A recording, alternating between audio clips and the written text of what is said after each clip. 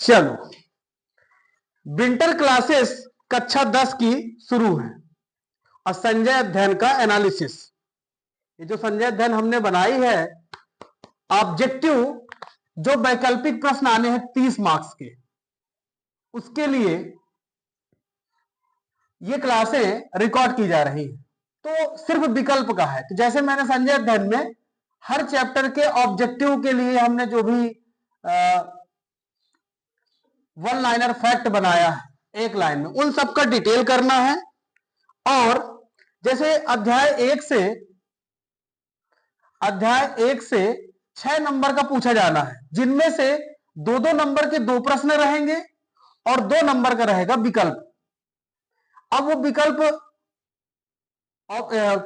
उसमें है, विकल्प में है, या फिर खाली स्थान है, या फिर सत्य असत्य में है, या फिर एक वाक्य के उत्तर में है, या फिर सही जोड़ी में है। और हर खाली स्थान, सत्य असत्य, एक वाक्य के उत्तर, सही जोड़ी में 6-6 प्रश्न रहेंगे। तो इस तरह से ये 30 मार्क्स होते हैं। तो हर चैप्टर में ऑब्जेक्टिव कितना किस तरह से आएगा, किस तरह से पूछेगा, मैंने अध्ययन में क्या लिखा है, तो हर अध्ययन की एक एक लाइन को पढ़ना है और उसको सीख लेना है। 14 क्लासेस रहेंगी, 14 पार्ट हैं और एक वन शॉट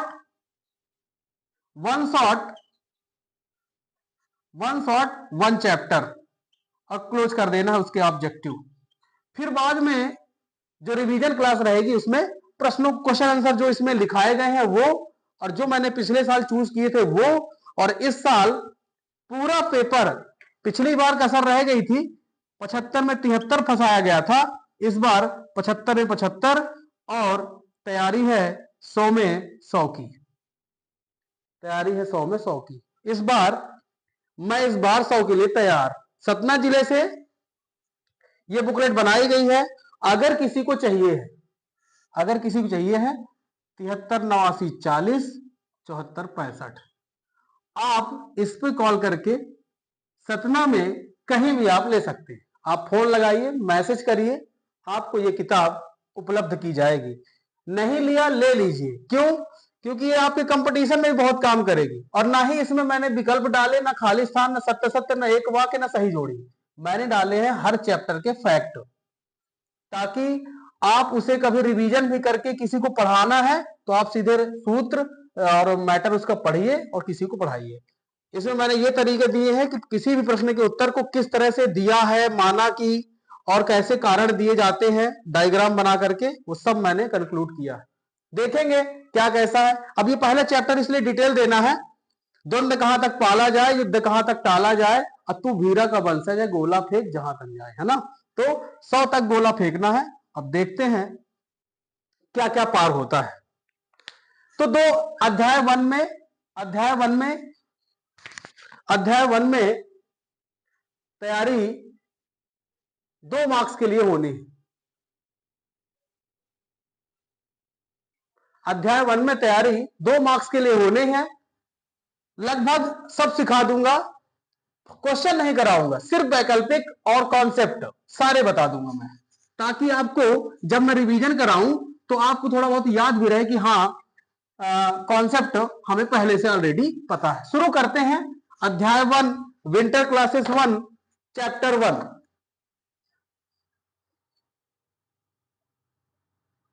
अध्याय 1, विंटर क्लासेस, और आज की डेट है 15/11/2025। और 15/11/2025 आज है क्या? जनजातीय गौरव दिवस। जनजातीय गौरव दिवस, बिरसा मुंडा जयंती। सभी को बिरसा मुंडा जयंती की हार्दिक शुभकामनाएं। बिरसा मुंडा जयंती, है ना, अंग्रेजों की नींव हिला दी, बिरसा मुंडा जयंती। और सबसे बड़ा स्टेडियम भी क्रिकेट का बिरसा मुंडा के नाम पे रखा गया है। नहीं, क्रिकेट का नहीं है, हॉकी का है। हॉकी का है। बिरसा मुंडा जयंती उड़ीसा, है ना, उड़ीसा। हॉकी का सबसे बड़ा स्टेडियम है बिरसा मुंडा स्टेडियम, उड़ीसा, भुवनेश्वर, है ना। जनजाति गौरव दिवस 15, ये याद रखना है, जीके में कभी भी कहीं भी पूछ सकता है, तो आपको पता होना चाहिए। अध्याय 1 का चैप्टर का नाम है परिमेय संख्याएं, वास्तविक संख्याएं, वास्तविक संख्याएं, है ना। रियल नंबर्स देख लेते हैं, मैंने एक पन्ने में एक चैप्टर को कैसे कंक्लूड कर दिया है। सबसे पहले मैंने यह बताया है कि यूक्लिड विभाजन एल्गोरिथम का प्रयोग दो धनात्मक पूर्णांकों का महत्तम एचसीएफ परिकलित करने में करते हैं। तो ये था, अब ये हट गया है यूक्लिड विभाजन एल्गोरिथम, लेकिन फिर भी अगर क्वेश्चन पूछना हुआ तो अगर पूछ लिया दो धनात्मक पूर्णांकों का महत्तम ज्ञात करने की एल्गोरिथम का नाम लिखिए, तो फिर आपको लिखना पड़ जाएगा, खाली स्थान में दे दिया तो खाली स्थान में लिख देना यूक्लिड विभाजन एल्गोरिथम बोलेगा, नहीं तो आप फिर समझ नहीं पाएंगे कि क्या बोला है, क्योंकि एचसीएफ निकालने की तो बहुत सारी मेथड है। एक मेथड हो गई गुणनखंड विधि हो गई है, या फिर आप मल्टीप्लाई से अपवर्त निकाल करके निकाल लिए, तो बहुत सारे मेथड। लेकिन अगर उसने एल्गोरिथम पूछा है तो आप यूक्लिड विभाजन एल्गोरिथम का नाम देना पड़ेगा। तो पहली लाइन में मैंने यह बताया कि यूक्लिड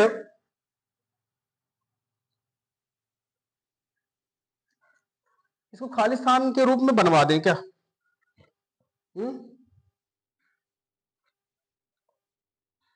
यूक्लिड विभाजन एल्गोरिथम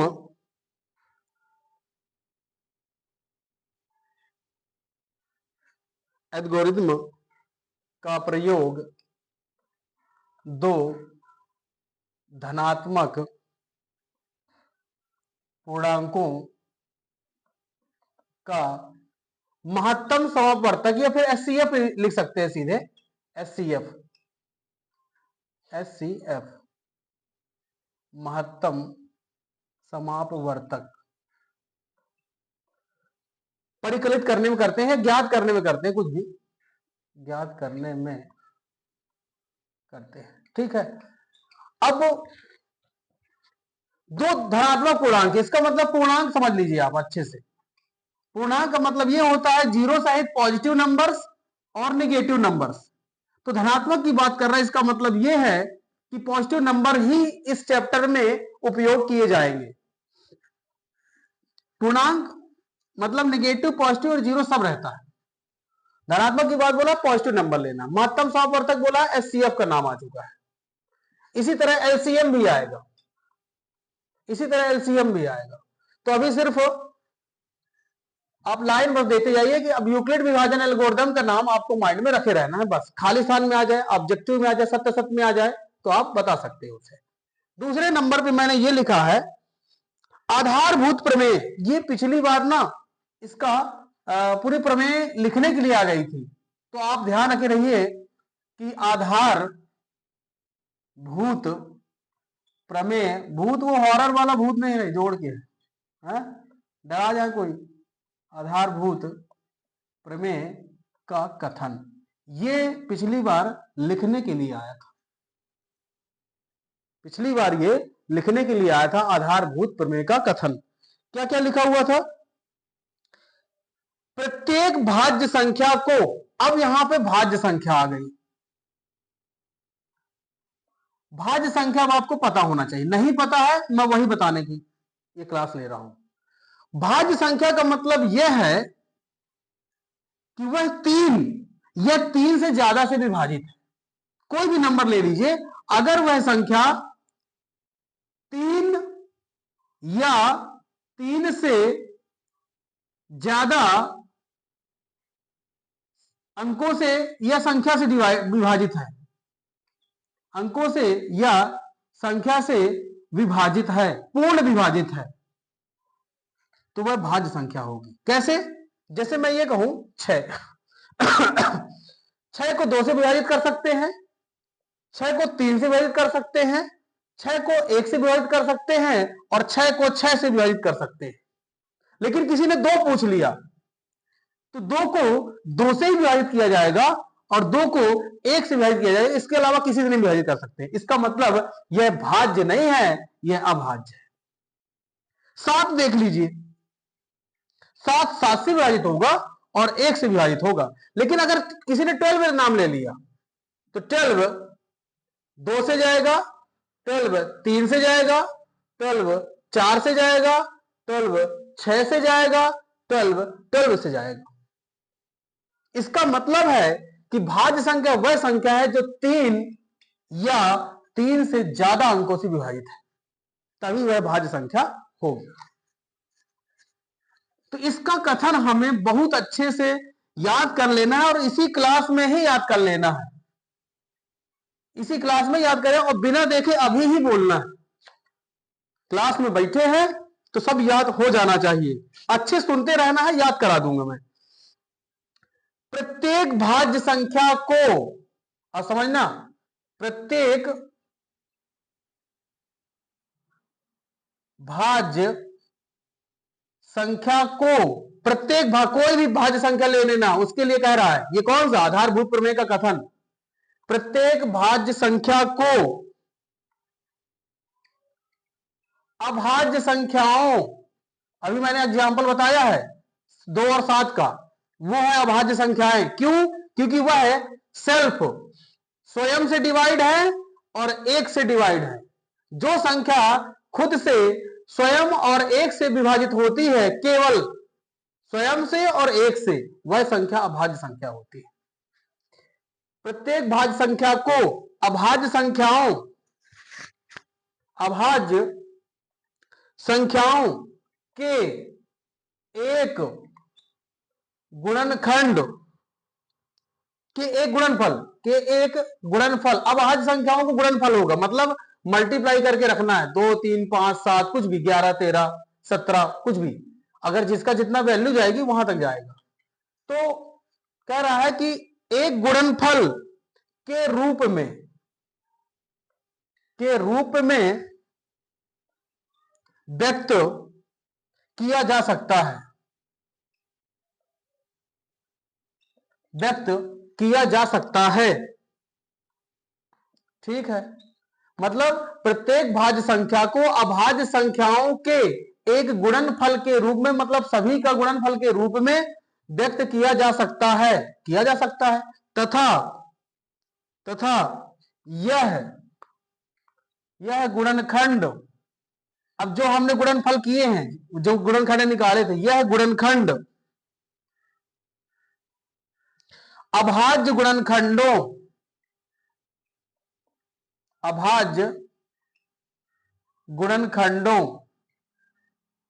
सब अध्ययन में लिखा हुआ है, मैं सिर्फ समझाने के लिए लिख रहा हूं। अभाज्य गुणनखंडों के आने वाले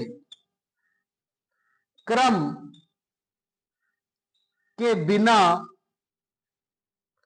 अद्वितीय होता है। इसका मतलब यह है, आधारभूत प्रमेय का कथन कह रहा है, प्रत्येक अभाज्य संख्या को अभाज्य संख्याओं के गुणनफल के रूप में व्यक्त किया जा सकता है। देख लेते हैं, 12 को मैं क्या लिख सकता हूं,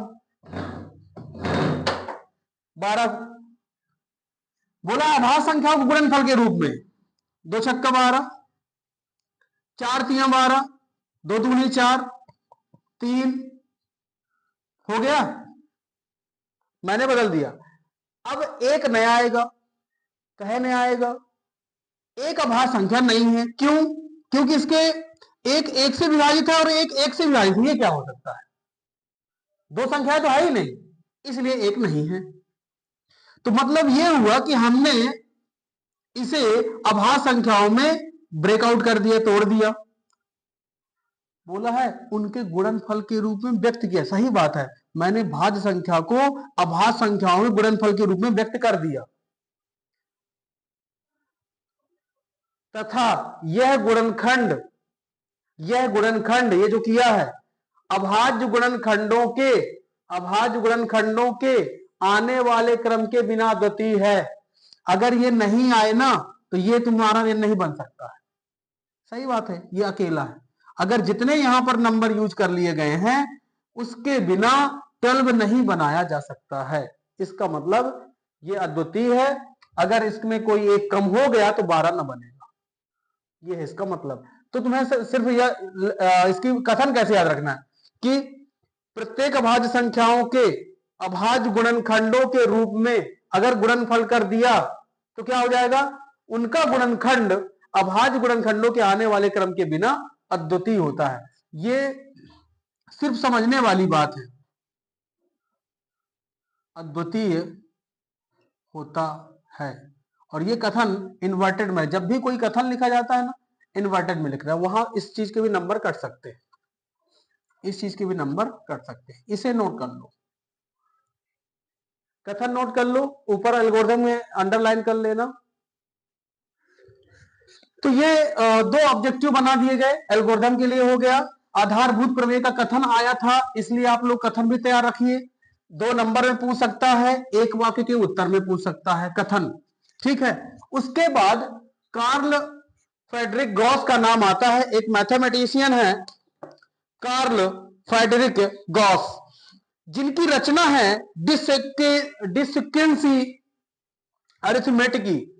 तो ये बुक का नाम अगर पूछना होगा, अगर सपोज दैट कभी बुक का नाम पूछ लिया, कार्ल फ्रेडरिक है, फ्रेडरिक फ्रेडरिक गॉस, है ना। और पिछले बार एक जन्म थेल्स प्रमेय का जन्मदिन पूछ लिया था, तो हो सकता है कि ये पूछ ले 1777 से 1885 तक, ये उस टाइम के उनका जीवन काल रहा होगा। इनकी बुक का नाम है, इनकी जो कृति है बुक है डी सक्विंसी, वह बना हुआ है डी सक्विंसी है, डिसेक्वेंसेंस अरिथमेटिकी अरिथमेटिकी, ये इनकी कृति का नाम है, इनकी बुक है, रचना है। तो कार्ल फ्रेडरिक गॉस, और इनको क्या कहा जाता है, गणितज्ञों का राजकुमार, इन्हीं को कहा जाता है गणितज्ञों का राजकुमार। तो हो सकता है कि नया क्वेश्चन बनाना हो तो बोल दे कि गणितज्ञों का राजकुमार किसे कहा जाता है, और वहां लिखा रहेगा कार्ल ने फ्रेडरिक गॉस लिखा रहेगा, या फिर गॉस बस लिखा रह सकता है ऑब्जेक्टिव में, गणितज्ञ गॉस, तो गॉस नाम सीधे याद रखिए, कार्ल फ्रेडरिक गॉस या फिर गणितज्ञों का राजकुमार। बुक का नाम है डी सक्विंसेंस, जो भी नाम है, इनकी किताब ना बाहर है ना, ये यहाँ थोड़ी भारत देश के, वैसे भी नाम से पता चल रहा है ना। तो अरिथमेटिकी डी सक्विंसेंस अरिथमेटिकी, गणितज्ञों का राजकुमार कार्ल फ्रेडरिक गॉस। जैसे अब इसको लिखना है, ठीक है ना, तो लिखना कैसे होता है, कार्ल फ्रेडरिक गॉस, कोष्टक में लिख दिया गणितज्ञों का राजकुमार, डैश लगाया 1785, बुक भी नहीं लगाया, डैश करके हमें पता होना चाहिए कि ये क्या चीज लिखी हुई है, बस इस तरह से शॉर्ट फॉर्म में बनाना पड़ता है। हालांकि मैंने जो लिखा है पूरा ही शॉर्ट फॉर्म है, अब क्या ही बता दूं मैं।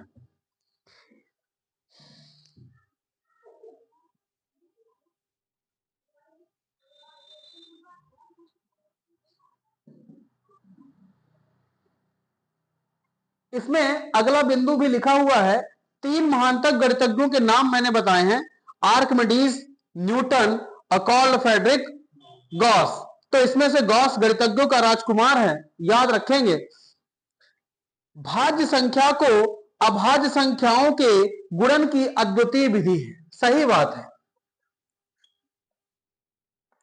भाज्य संख्याओं को अभाज्य संख्याओं के गुणन की अद्वितीय विधि है। तो हो सकता है कि ये खाली स्थान में पूछ ले, भाज्य संख्याओं का अभाज्य संख्याओं के गुणन की अद्वितीय विधि है। गुणन के गुणन गुणन के रूप की अद्वितीय विधि है, ऐसा है। जो भी लिखा हुआ है अद्वितीय विधि है। अब क्या है, जो लोग दूसरे जिले के हैं और उनके पास अध्ययन नहीं है, ये तो सतना वालों के पास है बस, तो उनके लिए वीडियो है, उनके लिए वीडियो। तो मैं मेथड बता दूं, है ना, अपनी टेक्निक, एक ट्रिक बता दूं जिससे हम लोग तुरंत भाज्य संख्याओं से अभाज्य संख्या में बदल ले। तो सबसे पहले मैं ये कह दूं आपको कि आप 30 तक पहाड़ा, 30 तक वर्ग और 30 तक घन, बिल्कुल याद रखिए, याद ही रखिए। और कहीं भी दिख जाए ना तो आपको तुरंत पता चल जाना चाहिए कि इसका गुणनखंड कैसे करना है। मैंने लिखा हुआ है यहां 240, तुमको क्या दिख रहा है 240? नहीं, मेरे को नहीं दिख रहा 240, मेरे को दिख रहा है ये 24 गुणे 10, और मैंने इसको लिख दिया 2 गुणे 5, और 4 छंग 24। नहीं, तुमको 4 छंग 24, मेरे को 4 छंग में नहीं दिखा, मेरे को 8 त्रिक 24 दिखा। 2 गुणे 2 गुणे 2 और गुणे 3, ब्रेकआउट हो गए। कितने 2 आए हैं? 4 ठो, 3 5 हो गए गुणनखंड सर। क्वेश्चन पूछ लेगा 240 में कितने अभाज्य संख्याएं हैं? कितनी है? 3 है, 2 है, 3 है और 5 है। लेकिन कुछ लोग गिनेंगे सर, 4 5 6 मिलेगा ऑप्शन में, वहां खुश हो जाएंगे, ध्यान रखना, खुश हो जाएंगे। अभाज्य संख्या बोला था भाई 3 यहां है और बाकी 3 यहां है। गुणनखंड सिखा दिया मैंने, ये डंडा वंडा खोल खेल खत्म है सर। या कब तक काटोगे, कब तक काटोगे? नहीं पता सर हमको कब तक काटना है। 576 बोला है, 576 बोला है, आपको वर्गे नहीं पता तो मैं क्या करूंगा? रहते तो 24 गुणे 24 लिखा है भाई, 30 तक याद करके बैठिए ना। गुणनखंड सीखना है अभाज्य संख्याओं में। अब किसी को अभाज्य संख्या नहीं पता है तो आप समझिए कि 2 3 5 7 11 13 17 19 23 29 31 37, इस तरह से चलते हैं। 100 के बीच में 25 हो सकता है कि कल पूछ ले 1 से 100 के बीच में कितनी अभाज्य संख्याएं हैं? 25, याद रखिए 25। तो मैं अभी क्या बता रहा हूं कि किसी भी नंबर का अगर आपको गुणनखंड करना है अभाज्य संख्याओं में बदलना, गुणनखंड का मतलब ही होता है, गुणनखंड का मतलब होता है अभाज्य संख्याओं में बदलना। और अभाज्य संख्याओं में बदलने का तरीका मैं सबसे आसान बता रहा हूं, लिखा हुआ है 252। मुझको नहीं पता ये सर किसका क्या है, तो मैंने एक बार 2 से भाग दिया क्योंकि मुझे पता है कि 2 से कट जाएगा। 2 एक कम 2, 2 दूनी 4 और 2 छक्का 12, इसके ब्रेकआउट मैंने कहा। अब मुझे नहीं पता सर, तो आप फिर बेवकूफ कहे पहाड़ा किसके अंदर में है? ये 130 के अंदर है। कितने माने क्या होता है?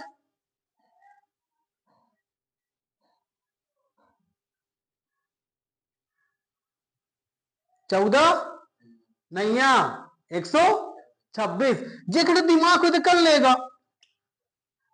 पहाड़ा के चाहिए सर, क्या नहीं है 126, 14 नहीं है 126, बस हो गया, सब आउट हो गया। अब आपको समझ में आ रहा है कि 2 सत्ते 14, मतलब 2 गुणे 2 और 3 गुणे 3 और गुणे 7, ये हो गए गुणनखंड। तरीका है सर, आप यूज तो करिए, एक बार यूज करिए। भाई मेरे को दिखा 180, तुमको 180 दिख रहा था, मेरे कुछ और दिख रहा था, 18 गुणे 10 दिख रहा था, खेल कर दिया। ब्रेकआउट कर, सिर्फ चेक करने के लिए, कुछ नहीं और चेक करना है। इसी से जब मैं अभी आएगा टॉपिक आएगा एचसीएफ और एलसीएम आएगा, जब मैं ये निकालना बताऊंगा। तो अगर ये आपको तरीका नहीं आता है, ब्रेकआउट कर 2 गुणे 5 यहां कर दिया और 9 दूनी 18 बना दिया, लो। तो एचसीएफ एलसीएम ना कर पाएंगे ना, तो हमें पता होना चाहिए ये सब। और यही ट्रिके हैं। आपको रफ कार्य करना है, चाहे रफ कार्य करिए चाहे ना करिए, दिमाग में सब सेट है, यहां तक पहाड़ा याद करें। नहीं याद करेंगे ना, तो मैं बता रहा हूं, आज नहीं तो कल याद करना ही पड़ जाएगा जब आप कंपटीशन में बैठेंगे, प्रतियोगी परीक्षा में बैठेंगे, ये वाली नौकरी का फॉर्म भरना, वो वाली का भरना है, और वो कहेंगे तो फिर आप याद भी करेंगे। इससे अच्छा है धीरे धीरे हैबिट डालिए। अरे हर दिन तीन तीन तो तैयार करिए ना, 25-20 तक याद है, कल 23 तक, परसों 26 तक, नरसों 30 तक। लेकिन तुम्हारे दिमाग नहीं है और तुम्हारे पास धैर्य नहीं है, क्या करोगे? देखो कोई आ रहा है। तो मैं क्या बता रहा था, गुणनखंड तो अच्छे दिमाग में सेट कर लो कि कहीं भी ब्रेकआउट करना है, आपको पहाड़ा नहीं आता है, मैं क्या करूं सर, 133 लिखा है, कहां से कटने हैं?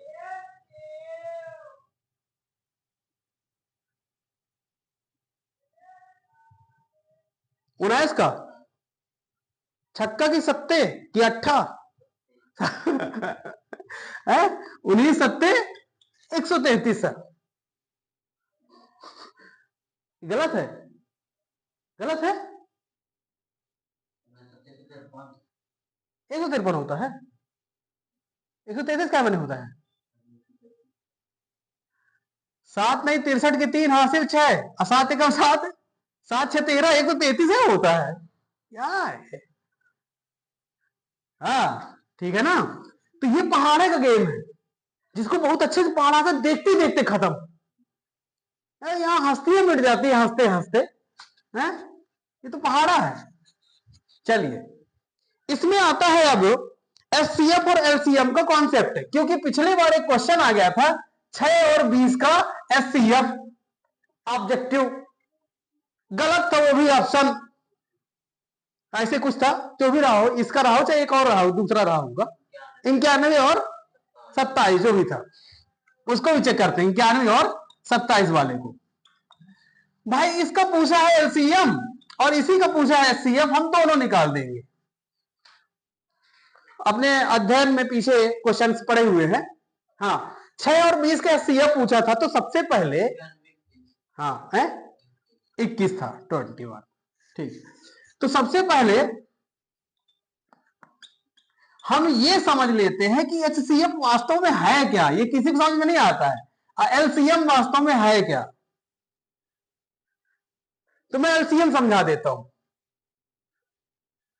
अच्छे से, बिल्कुल खड़ी भाषा में, फिर अपन पढ़ लेंगे अध्ययन में, मैं अपने एक्सपीरियंस बता देता हूं। एलसीएम अगर किसी भी नंबर का, नंबर 2 या 2 से अधिक हो सकते हैं, 24 36 40 कुछ भी, लेकिन एक संख्या का एलसीएम क्या निकालोगे, यही संख्या हो जाएगी। दो संख्या जब रहेंगी तो लड़ाई होगी, दो संख्या रहेंगी तो लड़ाई होगी। अगर मुझे इनका एलसीएम निकालना है तो एलसीएम का मुद्दा पता होना चाहिए, दी गई संख्याओं के अभाज्य गुणनखंड कर लीजिए। कर लिया? हां कर लिए हैं। जितने भी अभाज्य गुणनखंड आए हैं उनकी बड़ी घात, जितने भी अभाज्य गुणनखंड आए हैं उनकी बड़ी घात आप ले लीजिए और उनका आपस में गुणा कर लो, वही उसका आंसर होगा। चेक करते हैं, सिर्फ भाषा सुनिए और अपने तरीके से दिमाग में सेट करिए कि दी गई संख्याओं के अभाज्य गुणनखंड करना है, फिर सबकी बड़ी घात के रूप में लिख लेना, सबकी बड़ी घात लिख लो, घात के रूप में बना लो तो बड़ी घात पता चल जाएगा किसकी कितनी है, और उन सबका गुणा कर लो, वही आंसर है। देख लेते 24, 8 त्रिक 24, 8 त्रिक 24, इसका मतलब यह हुआ कि 2 गुणे 2 गुणे 2 और गुणे 3, इसके तो हो गए 40। तुमको 40 दिख रहा था, मेरे कुछ और दिख रहा था, 8 पंचे 40 दिख रहा था।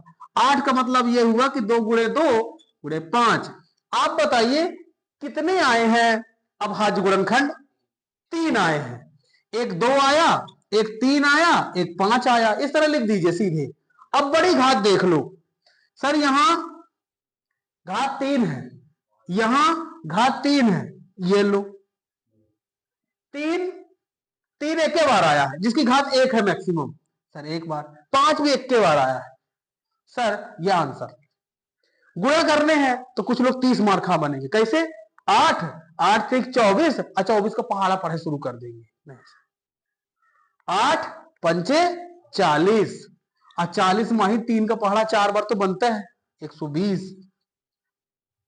गुणा आसान की तरफ जाइए, क्यों? क्योंकि मुझे 5 दिखा था, तो मैं ये ढूंढूंगा कि सम संख्या कहां है, कहीं वो जीरो बनाएगी उससे।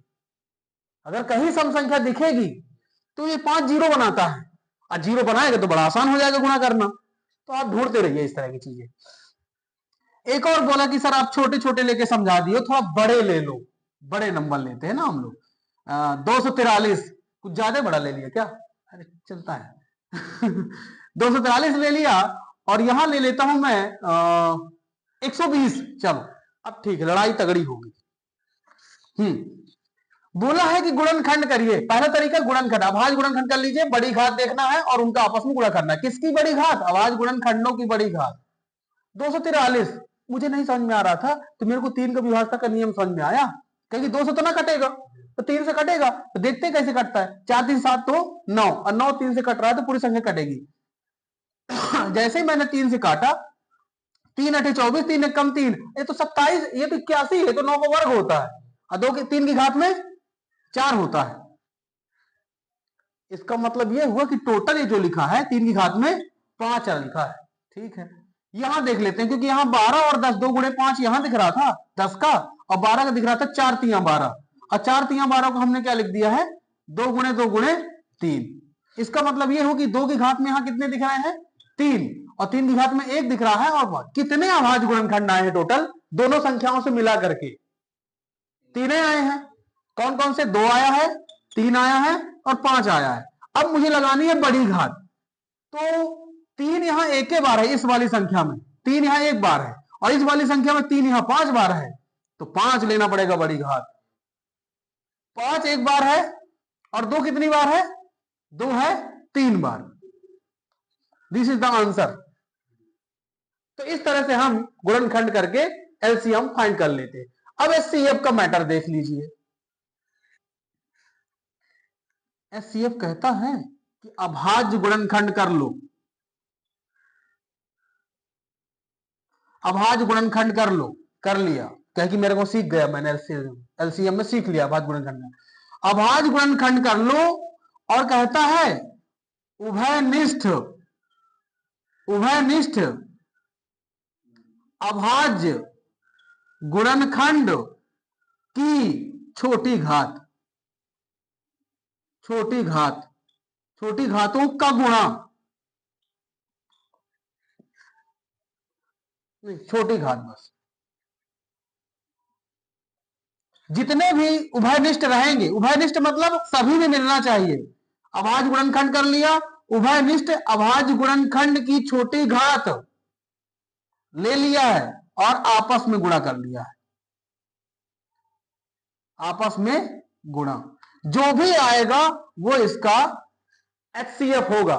नहीं पता है, हम देख लेते हैं, इसी वाले में देख लेते हैं। इसी वाले में 8 त्रिक सॉरी कितना था?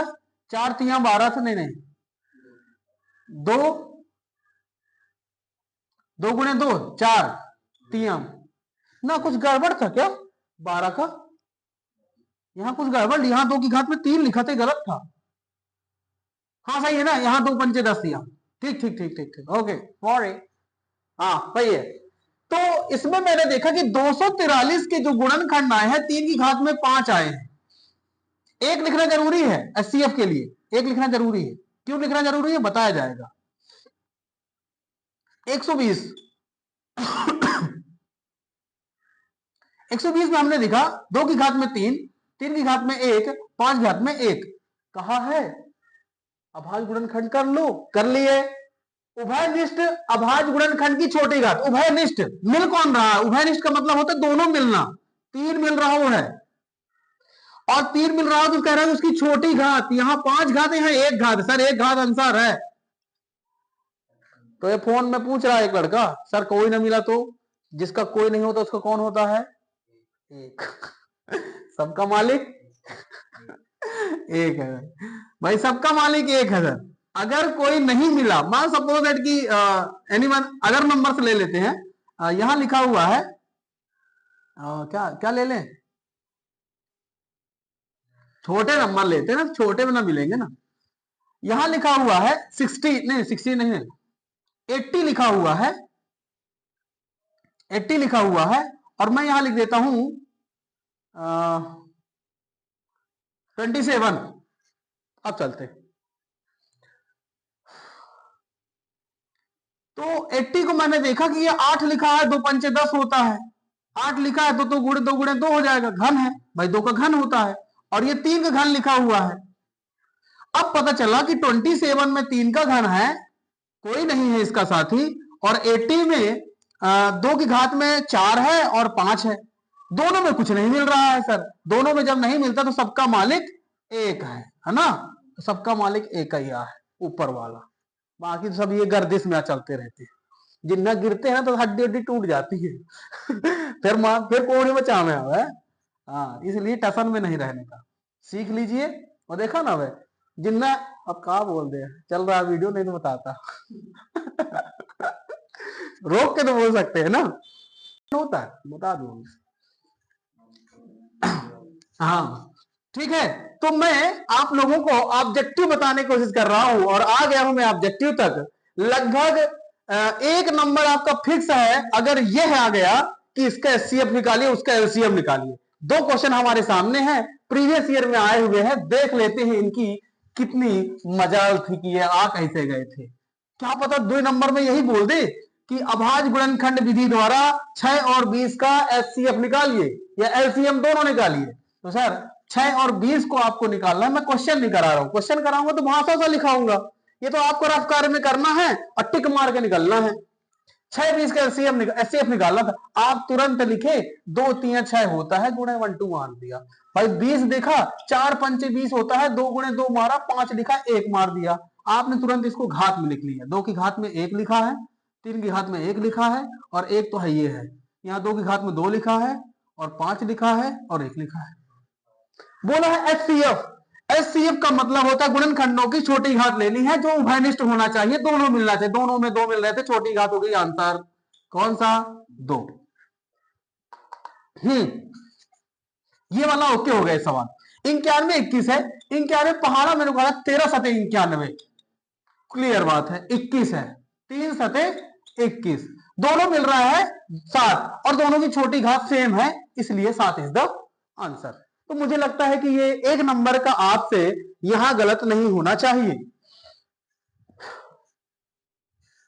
2 संख्याओं के लिए एक सूत्र भी है, क्या पता इस बार आंसू अभी बोल रहा हूं, अब पेपर में छपा रहेगा। क्या छपा रहेगा कि एचसीएफ गुणे खाली स्थान बराबर ए गुणे बी, तो एलसीएम आ जाएगा, पहना देना यहां से एलसीएम, एचसीएफ लघुत्तम गुणे महत्तम, बिल्कुल, चाहे वो हिंदी से लिख के दे दे चाहे इंग्लिश से, या फिर ये भी लिख देगा पहली संख्या गुणे दूसरी संख्या बराबर एचसीएफ गुणे खाली स्थान एचसी। तो ध्यान रखे रहे ना कि ये सूत्र भी काम कर जाएगा, लेकिन यस या नो में पूछ लेगा, या फिर तुम्हें खुद से पता होना चाहिए कि अगर 3 संख्याएं दे दे तो तीनों का एचसीएफ गुणे एलसीएम नहीं होता है, this is not equal, not verified, नहीं होता। क्लियर है ना, 3 संख्याओं का दे दे तो नहीं होता। लेकिन अगर कल क्या है सवाल है, अब ये एनसीईआरटी से ना आप लोगों को ले जाएंगे सीबीएसई में, सबको धीरे धीरे आगे के 2 4 10 सालों में ये हट जाएगा टोटली, और सबको सीबीएसई ले जाएगी, फिर किताब रहा करेगी और क्वेश्चन बंबई से आया करेगा, जैसे अभी आता है ना सीबीएसई में 15/12 और 14/26। बोला इसका एचसीएफ निकाल, इसका एचसीएफ बोला है, तो हमको पता होना चाहिए बेसिक। जब परिमेय संख्या रहती है पी/क्यू क्यू के फॉर्मेट की रहती है और एचसीएफ निकालना है, तो ऊपर का निकाल दीजिए एचसीएफ, अंशों का एचसीएफ, और हरों का एलसीएम, दैट इज आंसर। 15 और 14 साफ दिख रहा है कि 3 5 15 में कोई नहीं मैच कर गया, क्योंकि ये 2 7 14 है। इसका मतलब CF 1 है, जिसका कोई नहीं उसका एक होता है। 12 26 में मिल रहा है क्या? अब एलसीएम निकालना है। एलसीएम 3 चौक 12 और 4 को लिख दिए 2 गुणे 2, 13 दूनी 26, 2 गुणे 13। और बोला था कि जितनी अभाज्य संख्याएं आएंगी उनकी बड़ी घात लिख देना गुणा करके। तो सर आपको एलसीएम की जगह यहां पे लिखना पड़ेगा 2 की घात में 2 भी लिखना पड़ जाएगा, 3 की घात में 1 भी लिखना पड़ जाएगा और 13 भी लिखना पड़ जाएगा। 2 3 13 गुणा करके लिख देंगे, आपकी परिमेय संख्या भी क्लियर रहेगी। क्लियर ना? तो हमें हर तरह से तैयार रहना है, चाहे वो परिमेय संख्या में पूछे, चाहे पूर्णांक धनात्मक संख्या में पूछे, चाहे वो सूत्र में पूछे, चाहे वो कुछ भी पूछे। एक सवाल गलत नहीं होना चाहिए यहां से, इस चैप्टर से एक सवाल गलत नहीं होना चाहिए। क्लियर है? क्लियर है। सिर्फ रिवीजन करा रहे हैं, रिवीजन के तौर में उसी बहाने सवाल भी कुछ थोड़े थोड़े जो ट्रिके हैं करने की आसान तरीके, वो भी बता दे रहा हूं साथ में। इसमें फार्मूले तक आ गए हैं। अब लिखा हुआ है अपरिमेय संख्या। अपरिमेय संख्या मतलब यह होता है कि जिसे P बटे Q के फॉर्म में नहीं लिखा जा सकता है, वो होती है अपरिमेय संख्याएं। तो सबसे पहले मैं ये बता देता हूं कि अपरिमेय संख्या वास्तविक संख्या तो है ही, लेकिन 22 बटे 7 जब आता है तो यह अपरिमेय संख्या नहीं है, यह परिमेय संख्या है। लेकिन अगर पाई की कोई बात कर दे तो पाई अपरिमेय संख्या है, पाई अपरिमेय संख्या है, लेकिन 22 बटे 7 नहीं है। कोई अगर इतना सिर्फ लिख दे 22 बटे 7 क्या है, तो तुम ये कह रहे हो पाई का मान 22 बटे 7 है। हाँ, ये वो चीज नहीं है, लोग कंफ्यूजन हो जाएंगे। वहां सीधे लिखा है 22 बटे 7 क्या है? परिमेय संख्या। जब तक इसके बराबर ये ना लिखा रहे तब तक ये अपरिमेय संख्या नहीं है। जब पाई साथ में आ जाए तो ये रेडियन में चला जाता है, तब अपरिमेय हो जाता है 22 बटे 7। क्लियर ना? हाँ, तो ध्यान रखे रहेंगे, क्योंकि इसकी लड़ाई हो सकती है कहीं भी। तो वहां बिल्कुल अच्छे से कारण दीजिए कि सर 22 बटे 7 परिमेय संख्या है, लेकिन अगर आप ये कह रहे हैं कि पाई बराबर 22 बटे 7, तो सर पूरा लिखिए रेडियन। अपरिमेय है, जो बताना है क्लियर बताना है, रेडियन की वैल्यू होती है। ठीक है ना? तो अपरिमेय संख्या में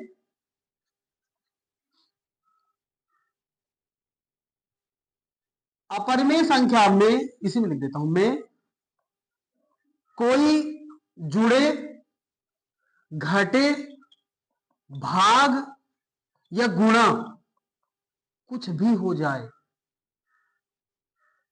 प्राप्त हल अपरिमेय ही होगा। ये बिल्कुल दिमाग में सेट कर लो। अपरिमेय के साथ चाहे कुछ भी जोड़ दिया वो भी अपरिमेय, कुछ घटा दिया वो भी अपरिमेय, गुणा कर दिया तो अपरिमेय, भाग कर दिया तो भी अपरिमेय। ये बिल्कुल सेट कर लो दिमाग। कैसे? सर आप नहीं समझा पा रहे ठीक से, ये बता रहा हूं ना। ये 4 जोड़ दिया अपरिमेय, अब ये जो जो भी मान बचा है ये अपरिमेय, गुणा कर दो अपरिमेय। तो सर कह रहे हैं कि सर ये क्या यार, ये कहीं 2 लिख दिया कहीं 3 लिख दिया फिर भी अपरिमेय। तो मैं ये बता रहा हूं कि अगर इसे पढ़ते हैं अंडर रूट या फिर वर्गमूल, वर्गमूल के अंदर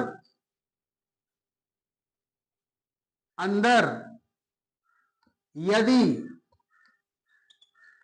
अभाज्य संख्या है तो वह अपरिमेय संख्या कहलाएगी। कैसे? रूट के अंदर 7 लिख दिया, रूट के अंदर 19 लिख दिया, रूट के अंदर 11 लिख दिया, सब अपरिमेय हो जाएगा। अब गुणा जोड़ घटाना बता ही दिया मैंने कि कुछ घट जाए कुछ जुड़ जाए, सब अपरिमेय, अपरिमेय टोटल। बहुत सारे एग्जाम्पल आएंगे, लेकिन अगर किसी ने ये पूछ लिया माइनस पी क्या है, जहां पी अभाज्य संख्या है,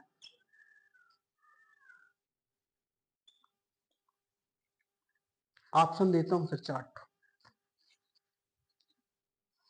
पहला भाज्य संख्या, दूसरा परिमेय संख्या, तीसरा सम्मिश्र संख्या, चौथा अपरिमेय संख्या, पांचवा वास्तविक नहीं।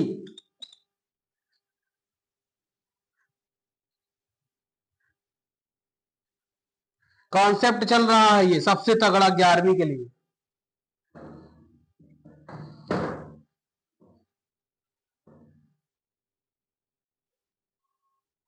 Tell me. 5 ऑप्शन दिए, अपरिमेय संख्या नॉट करेक्ट। क्यों? मैंने अभी बताया वर्गमूल के अंदर अभाज्य संख्या है। अभाज्य संख्या तुमने कह दी, मैंने माइनस बोला क्या? नहीं बोला, मैंने माइनस नहीं बोला है, मैंने माइनस नहीं बोला है। तो आप कैसे कर सकते हैं? तो इसको एलिमिनेट करने का तरीका होता है कि माइनस पी को हम लिखेंगे रूट पी गुणे रूट -1। रूट रूट का आपस में गुणा हो जाता है, तो हमने -1 निकाल दिया, और इसे 11वीं की भाषा में आई फॉर आयोटा बोलते हैं। और ये रूट पी आई हो जाएगा, और जहां आई लग जाता है ना, वहां संख्याएं सम्मिश्र संख्या कहलाती है, कॉम्प्लेक्स नंबर कहलाती है, और वही संख्याएं वास्तविक नहीं होती है। तो इसके 2 आंसर सही है। वास्तविक सम्मिश्र संख्या लिखा रहे तो भी मारना है, वास्तविक नहीं लिखा रहे तो भी मारना है। बोले सर दोनों लिखे हैं, तो कहेगा आ और बा दोनों, ए और बी दोनों, ए और सी दोनों, तो उनको उस तीसरे वाले ऑप्शन को मारना ठीक।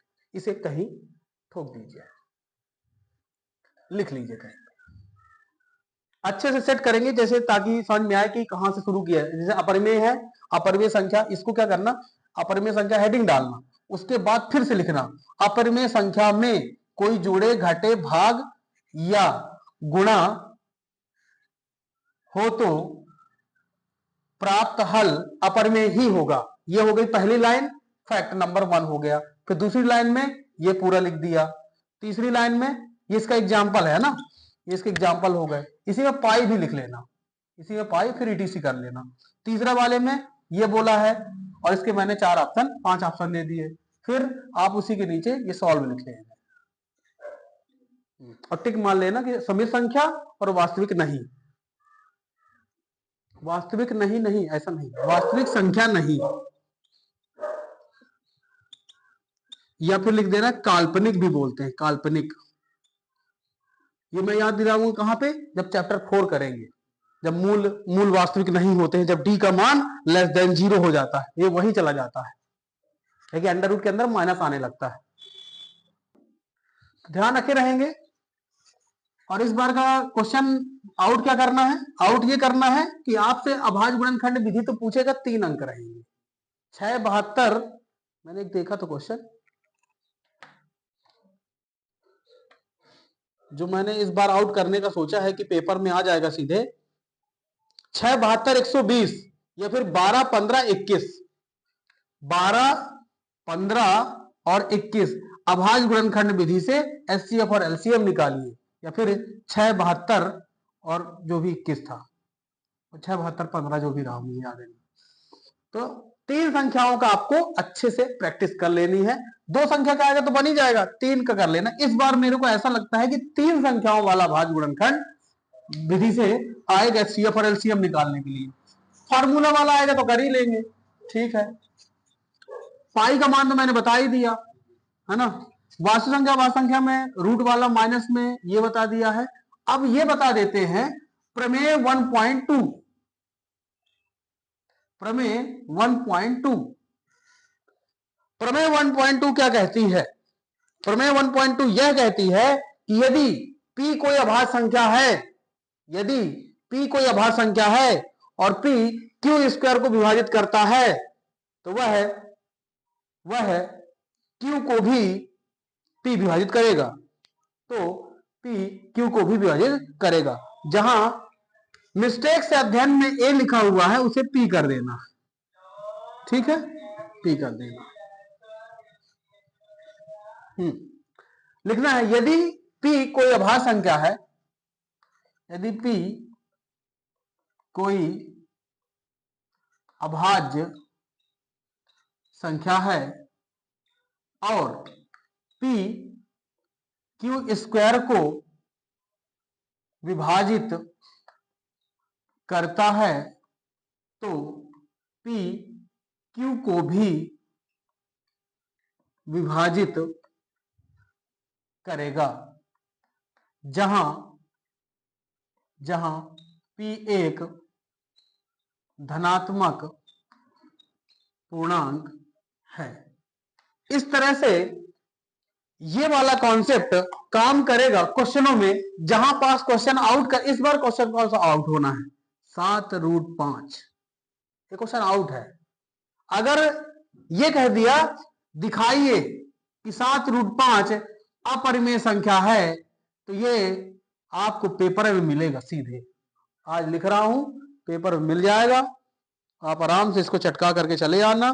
अध्ययन में लगा है, अच्छे सीख लेना। 7√5 अगर आना हुआ तब, अगर आना हुआ तब, और नहीं तो फिर √5 दर्शाइए कि √5 अपरिमेय संख्या है। यहां से प्रश्न बनने हैं तो ऐसे ही प्रश्न कोई ना कोई एक बनेगा। यहां लिखा है वहां छपेगा। हाँ, ये वाला काहे इंपॉर्टेंट है कि इसमें 75 बन रहा है। ठीक है ना, धनात्मक संख्या याद रखेंगे। ये 1.2 इन दोनों के प्रूफ करने में यूज होती है ना। जब दोनों पक्षों को वर्ग करते हैं और उसके बाद फिर कॉन्सेप्ट लगाते हैं तो फिर बनता है। सवाल में देखेंगे, अभी तो हमारा ऑब्जेक्टिव वाला काम है। हो सकता है कि वहां लिख दे कि प्रमेय 1.2 को लिखिए तो फिर आपको ये, यदि कोई p अभाज्य संख्या है, p q स्क्वायर को विभाजित करती है तो खाली स्थान को विभाजित करेगा। अगर ऐसा आ जाता है तो आपको p q को भी विभाजित करेगा, वहां खाली स्थान में पूछा जाएगा। हाँ, सीधे बोलेगा यदि p अभाज्य संख्या है, p q स्क्वायर विभाजित करता है तो खाली स्थान को भी विभाजित करेगा, p q को भी विभाजित करेगा। ये खाली स्थान में आपके पूछा जा सकता है। वहां कॉन्सेप्ट चाहिए अच्छे से। और अपरिमेय संख्या के लिए तो आपका वर्गमूल अंडर रूट के अंदर अभाज्य संख्या अगर है तो वह अपरिमेय संख्या बनेगी। कभी कभी ये बोल देता है शून्येतर। शून्येतर, अगर शून्येतर लिखा रहे तो आप इसका मतलब समझ लीजिए कोई शून्येतर संख्या। तो आप समझ जाइए शून्येतर का मतलब होता है शून्य को छोड़कर, शून्य न रहे, शून्य रहित, शून्य को छोड़कर। शून्येतर का मतलब शून्य न रहे, शून्य ना हो, शून्य ना हो। वहां क्या है ना, ये वाला शब्द तुमने कभी सुना ही नहीं है, शून्येतर। उसने बोल दिया है कि निम्न में से शून्येतर संख्या कौन सी है। आप समझ नहीं पा रहे हैं। शून्येतर का मतलब है शून्य नहीं है तो कोई अंक होगा, उस अंक को करिए। शून्येतर को छोड़कर या शून्य ना हो, शून्य ना हो। अब दूसरा कंडीशन क्या है? प्रश्न में लिखा था कि √16 क्या है? परिमेय, अपरिमेय, भाज्य, अभाज्य, बताइए सर। परिमेय। लेकिन वहां के 30 मार्क कुछ रटे हैं। उन्हें ये नहीं पता चला कि अंदर जो संख्या लिखी है वो वर्ग संख्या है, और वर्ग संख्या किसका है? ये 4 का है। जैसे ही रूट हटेगा सर 4 आएगा आंसर, और 4 आ गया तो परिमेय में चला गया। और लोग तो यहां जा रहे थे, कहे रूट लगा है, तो वहां बहुत अच्छे से होशियारी मारना। कभी कभी इस तरह से लिखा रहेगा, अंडर रूट के अंदर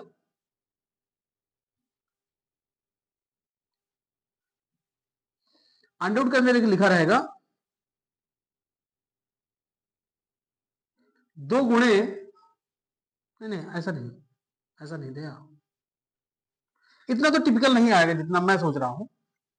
आएगा तो ऐसा ही कुछ आएगा, √4 लिख देगा, √4 लिख देगा, वो देगा इस तरह से, मतलब आपको गुमराह करने की कोशिश कर रहा है वो, और आप समझ नहीं रहे, तो आप समझिएगा, समझिए वहां कि अगर अंडर रूट के अंदर है तो पहले चेक करिए अभाज्य संख्या है कि नहीं है।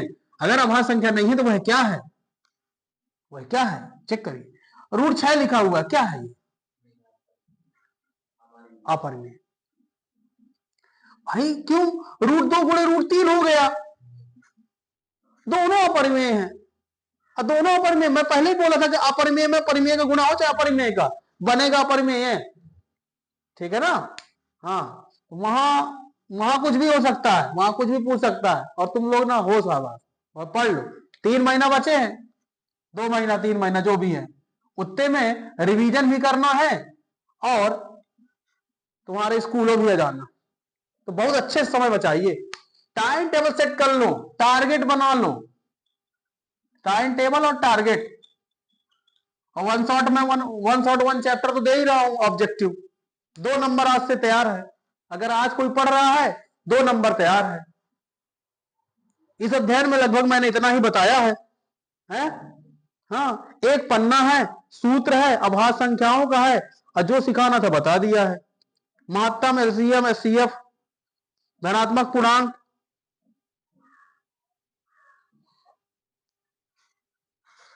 कभी कभी इस तरह लिखा रहता है एचसीएफ 20, एचसीएफ 20 और 28 बराबर 4, तो एलसीएम बताइए। तो यहां लोगों को समझ में आना चाहिए कि यार संख्या कहां है, ज्ञान कैसे करना है, संख्या यही आ गई है, 20 गुणे 28 4, एलसीएम 4 सते 28, एलसीएम इक्वल टू 7 दूनी 14, 140।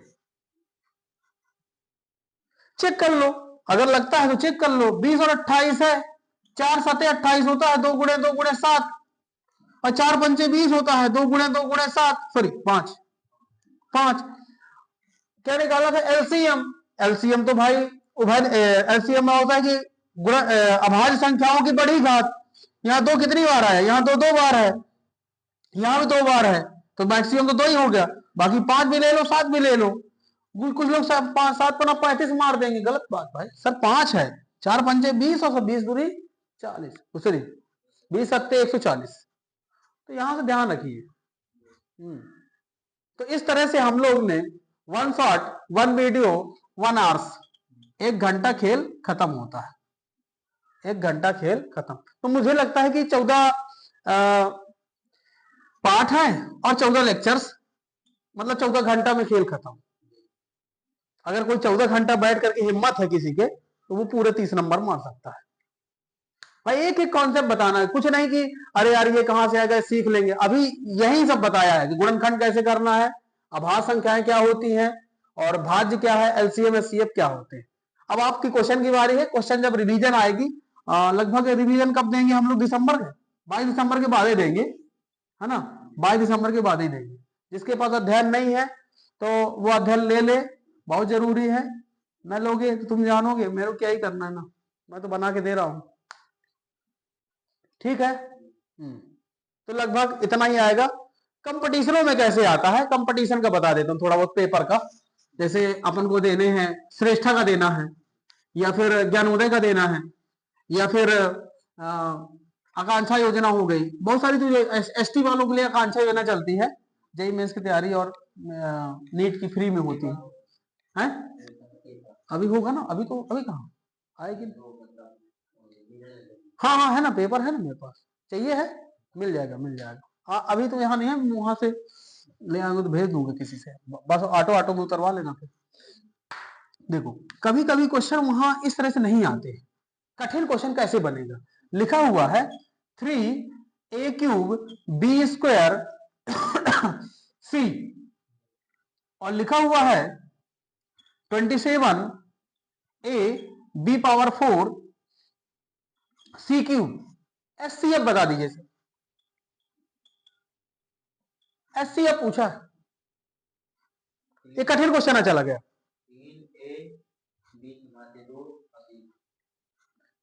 3a b⁴ और c, ये है इसका SCF, बस ये कठिन हो गया। अब ये तुमने कभी पढ़ा नहीं पढ़ा, कॉन्सेप्ट चाहिए।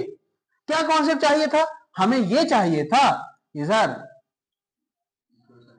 जो सभी में मिले अघात छोटी हो, तो सर 3 और 27, भाई ये 3 का घन है और ये तो तीन है, तो छोटी घात 3 हो गई। अब इसमें छोटी घात a है, क्योंकि यहां 1 है यहां 3 है, छोटी घात, अब छोटी घात यहां 4 है यहां 2 है, तो सर 2 लेना पड़ेगा, और यहां छोटी घात यहां 1 है यहां 3 है। This is the answer, this is the answer. LCM बता दीजिए सर। 27 a⁴ b⁴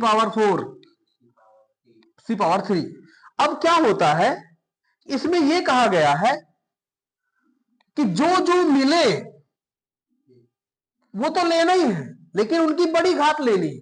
अब यहां पास अभाज्य ये सब है, और यहां लेना था क्या, बड़ी घात, तो बड़ी घात हमने 27 ले ली। अब दोनों में अगर a मिल रहा है तो दोनों में a की बड़ी घात, b बड़ी घात और c की भी बड़ी घात। इस तरह से 27 a³ b⁴ c³, this is the answer.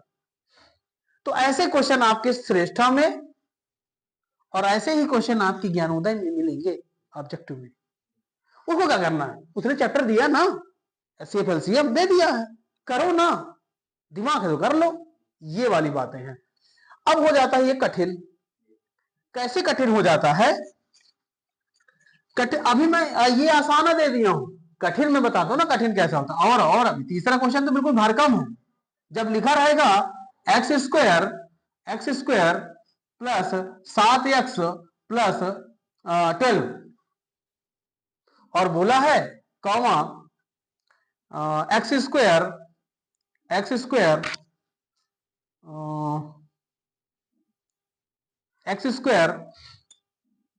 Minus 3x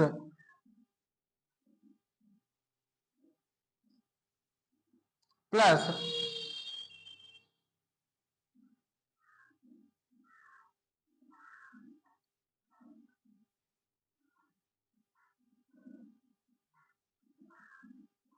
2x, ऐसे कुछ,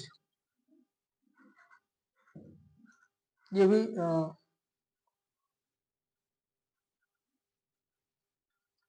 इस तरह से प्लस 8x बोला है, गुणनखंड कीजिए, सॉरी एलसीएम निकालिए। तो सबसे पहले इसके गुणनखंड करने पड़ेंगे, गुणनखंड करेंगे फिर देखेंगे फैक्टर वैक्टर जोड़े, कुछ मिले तो ठीक, नहीं तो सबका मालिक एक ही रहेगा, ठीक है ना। अगर इसके करना चाहे तो कैसे बनेगा, 4 3 12 और 4 3 7, x + 3 रहता आसान है, बात यह कि हम उस बारे में कभी किए नहीं इसलिए कठिन दिखता है। यहां 3 5 15 और 5 3 8, x + 3 x + 5, तो x + 3 is the common is the answer. SCF LCM